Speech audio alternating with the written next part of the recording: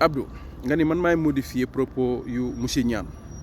man je pense que ne li ma wax moom la li monsieur Niane wax ci français moom laa tekki ci wolof bu leer nañ yokkuma ci wàññiwuma ci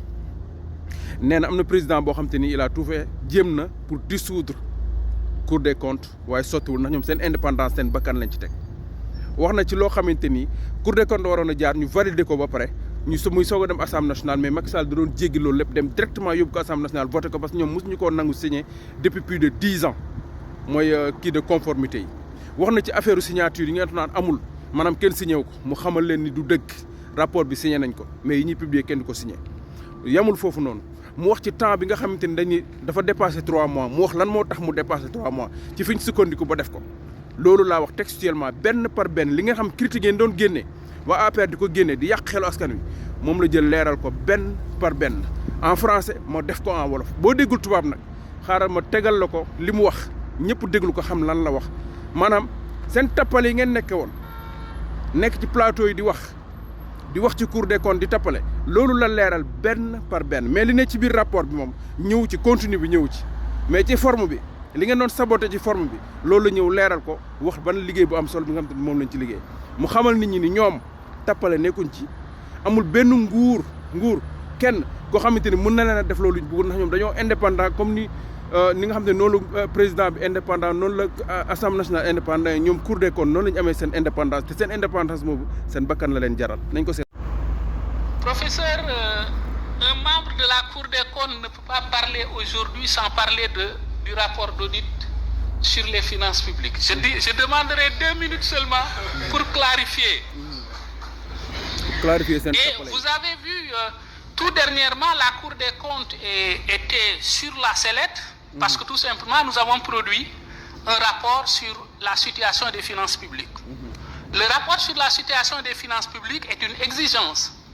du code de transparence dans la gestion des finances publiques de l'UEMOA. C'est vrai, c'est le premier exercice parce qu'en 2019, il n'y avait pas de rapport. C'est le premier exercice. Mais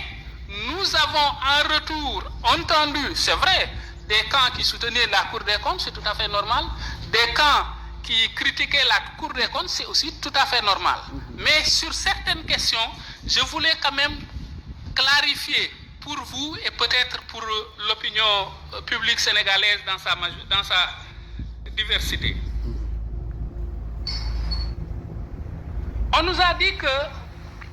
la Cour avait 3 mois pour faire le rapport. C'est vrai, si on regarde le code de transparence, il part de 3 mois. Mais n'oubliez pas que les procédures au niveau de la Cour des comptes sont des procédures qui sont édictées par la loi organique sur la Cour des comptes, la loi 2012-23. Et dans les dispositions de cette loi, on ne peut pas faire un audit des finances publiques sur 3 mois. La loi organique étant supérieure à la loi ordinaire qu'est le code de transparence, nous avons appliqué de façon pertinente les dispositions régissant les procédures de la Cour. Et pour ça, il faut un minimum de 3 mois pour faire l'audit. Il faut un minimum de 2 mois pour avoir les conclusions du parquet. Et il faut un minimum de 2 mois pour faire le contradictoire. Ça veut dire que la Cour ne peut pas faire un rapport sur la situation des finances publiques en 3 mois.